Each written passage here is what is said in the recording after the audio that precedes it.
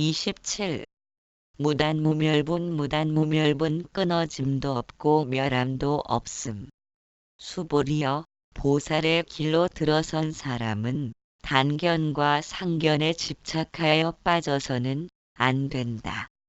그것은 왜냐하면 보살의 길로 들어선 사람에게는 어떤 것도 멸하거나 끊겨 나가거나 하지 않기 때문이다. 법은 구할 것이 없다고 합니다. 번뇌 망상을 한순간에 답할 수 있는 진리의 실체를 찾고 구하려 한다면 그는 실패할 것이 틀림없습니다. 왜냐하면 그곳엔 아무것도 없기 때문입니다.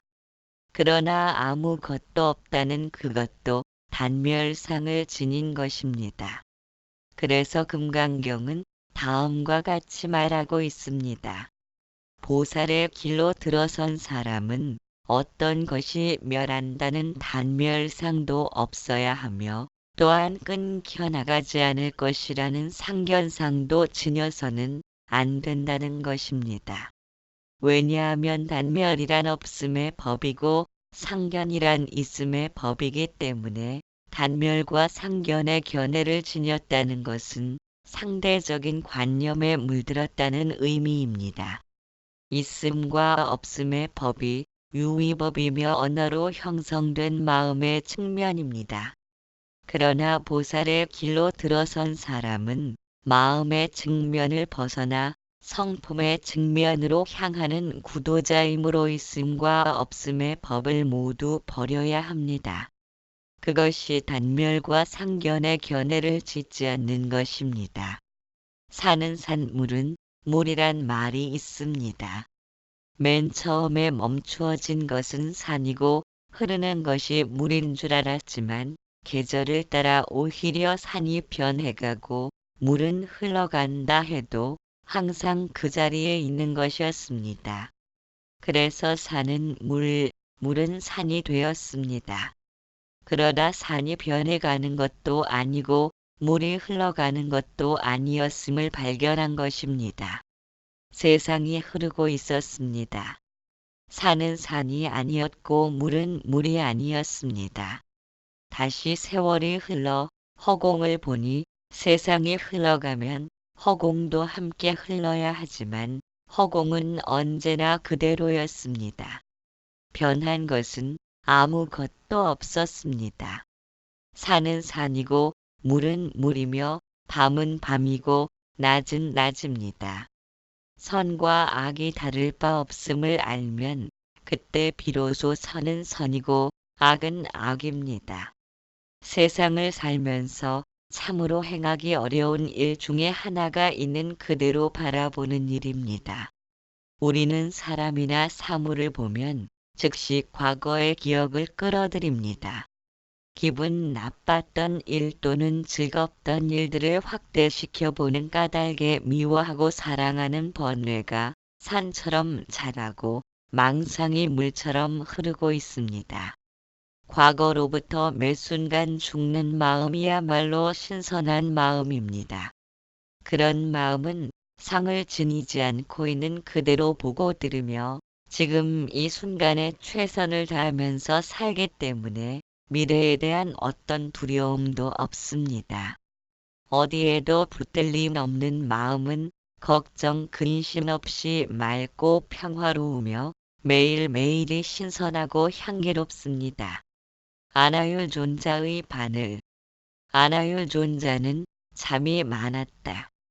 그래서 세존으로부터 잠을 많이 자면 죽어서 축생이 된다는 말을 듣고는 잠을 자지 않다가 두 눈을 실명하게 되었다.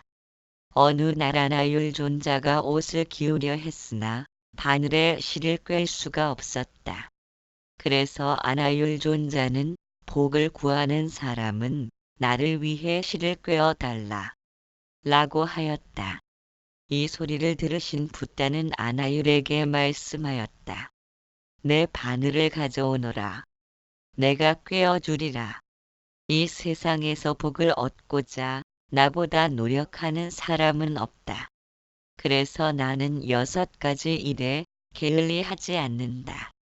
첫째는 남에게 베푸는 것이요. 둘째는 남을 가르침이요. 셋째는 억울함을 참아 견디는 것이요. 넷째는 청정한 계행을 받드는 것이요.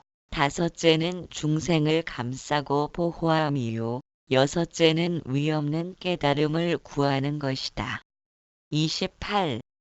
불수불탐분 부수부탐분 받지도 않고 탐하지도 않음. 수불이여 또한 보살의 길로 들어선 사람은 흔적을 남긴다는 생각에 공덕을 베풀지 않는다.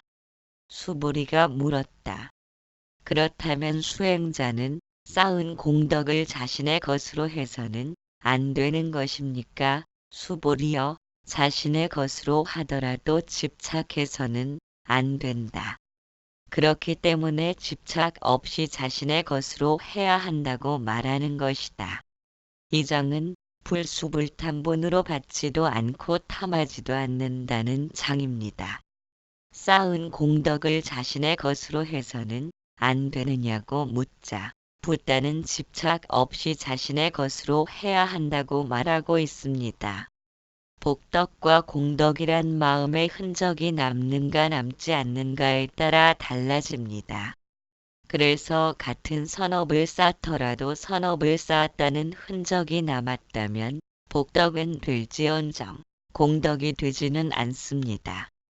공덕이란 거짓된 자아관념에서 벗어날 수 있는 선근이 되므로 마음의 흔적을 남긴다는 것은 아상으로 짓는 것이기 때문입니다. 성품의 측면에서는 이것과 저것으로 나눌 수 있는 그 무엇도 존재하지 않으며 나눌 수 있는 주체자도 들어서지 못합니다.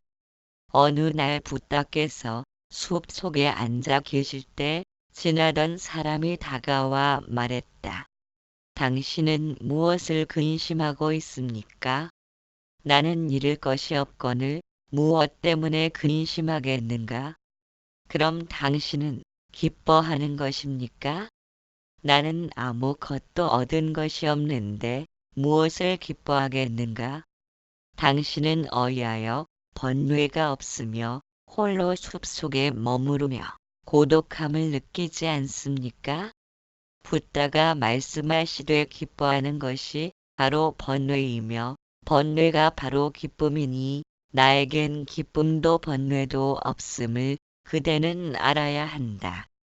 또한 집착하는 것이고 죄가 되지 않는 것이 없음을 그대는 알아야 한다.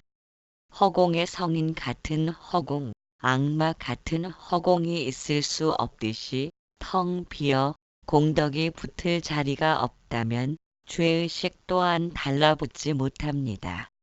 그럼에도 우리는 천국은 없다 하고 지옥 갈 것을 염려한다던가 지옥은 없다면서 극락 가기를 바란다면 편협한 소견을 지닌 것입니다.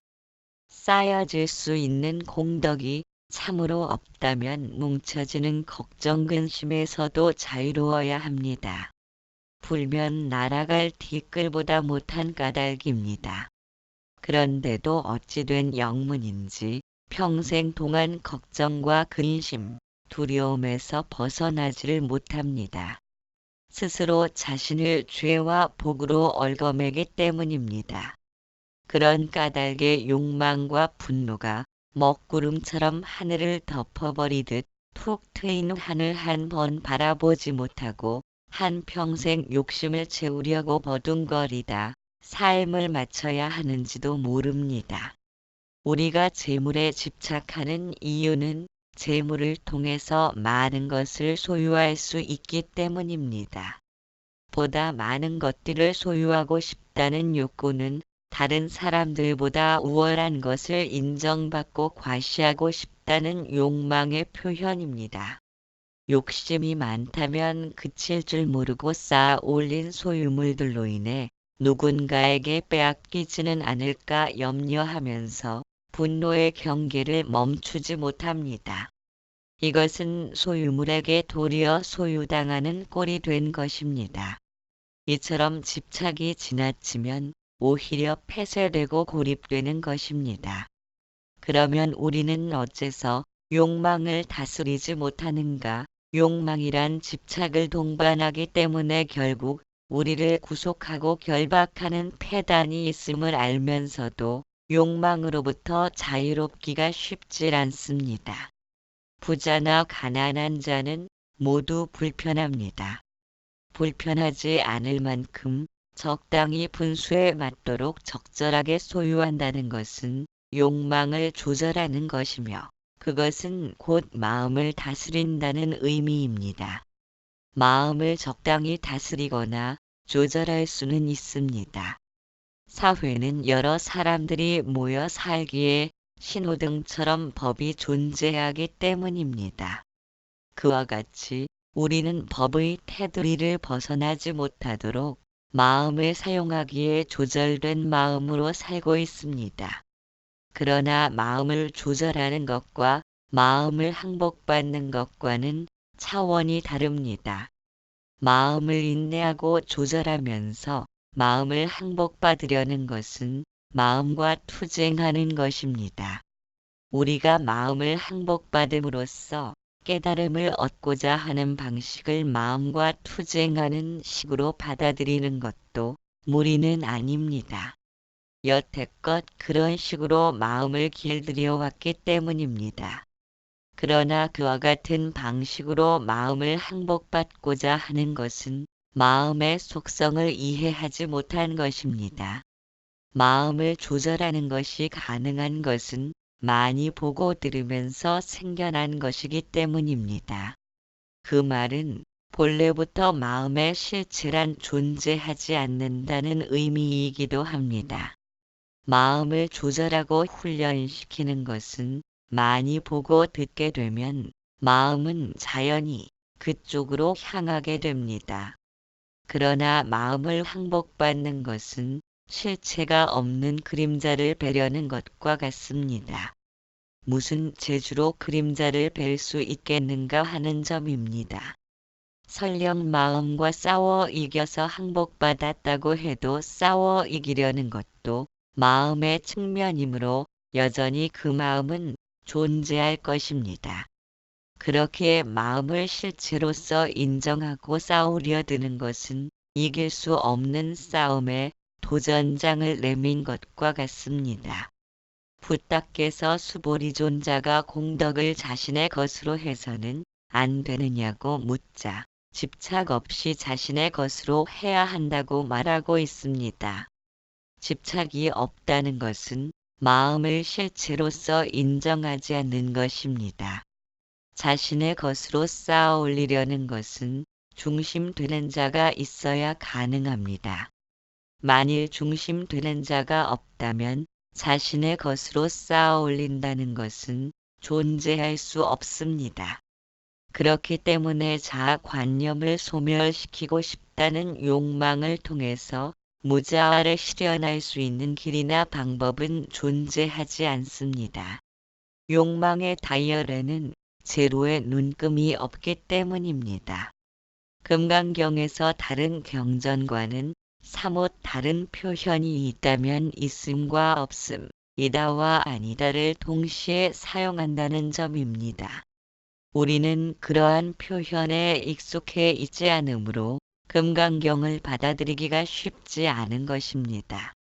8장에서는 이르길 깨달은 사람들의 특별한 진리는 깨달은 사람들의 특별한 진리가 아니라고 가르치셨기 때문에 깨달은 사람들에게는 특별한 진리가 있다고 말하는 것이다 라는 표현입니다.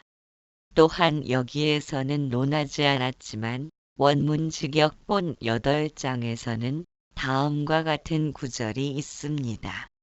수보리 존자가 말씀드리길 열애가 설한 공덕을 쌓는다는 것은 공덕을 쌓지 않는 것이라고 열애가 설하셨기 때문입니다. 그렇기 때문에 열애는 공덕을 쌓는다고 설하시는 것입니다 라는 표현들입니다. 이와 같은 표현들은 긍정과 부정이 동시에 사용되고 있습니다. 그것은 있음과 없음의 법인 유의법을 초월하여 있음과 없음이 둘 아니므로 존재하는 무위법으로서의 언어가 사용되기 때문입니다. 공덕이란 무언가 쌓여지는 것이 있다면 마음의 흔적이 남기 때문입니다. 그래서 공덕은 복덕과는 표현이 달라질 수밖에 없습니다. 공덕을 쌓는다는 것은 쌓지 않는 것이기에 공덕을 쌓는다고 말하는 것입니다. 그러나 복덕에 대해서는 유위법으로 짓는 것이기에 이와 같은 표현을 사용할 필요가 없습니다. 이것이 마음의 측면과 성품의 측면을 표현하기 위해 달라지는 언어의 다른 점이라고 할 수 있습니다. 잠깐 동안이라도 중생을 사랑하는 마음.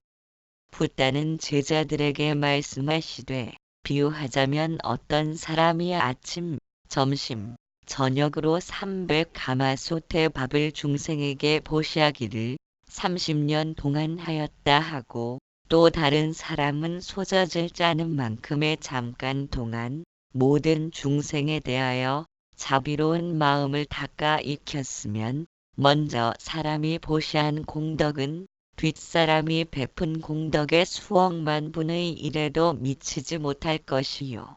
셈이나 비유로서 견주지도 못할 것이다. 그러므로 수행자들은 잠깐 동안이라도 모든 중생을 사랑하는 마음을 닦아야 한다. 29. 위의적 정분 위의적 정분 위의가 적정함. 열애가 가고 오고 앉고 서고 혹은 눕는다고 말하는 사람이 있다면 그는 내 가르침의 뜻을 이해하지 못한 것이다. 왜 그런가? 열애라고 불리는 사람은 어디로부터 오지도 않으며 어느 곳으로도 가지 않기 때문이다. 그래서 그를 열애, 존경받을 사람, 바르게 깨달은 사람이라고 부르는 것이다. 마음의 측면에서는 오고감이 있으며 옳고 그름도 있고 없음도 있습니다. 그러나 성품의 측면은 그렇지 않습니다. 열애란 어디로부터 오지도 않고 어디로 가지도 않기 때문에 가고 오고 앉고 눕는다고 말할 수 없다는 것은 바다와 분리된 물방울은 제각각의 형상이 있지만 바다로 합쳐진 물방울은 이미 바다입니다. 열애가 앉고 서고 눕는다고 말하는 사람은 바다의 모양을 그려야 할 것입니다. 붓다는 손을 위로 치켜들고는 이것을 바로라 하겠느냐, 거꾸로라 하겠느냐고 제자들에게 묻습니다.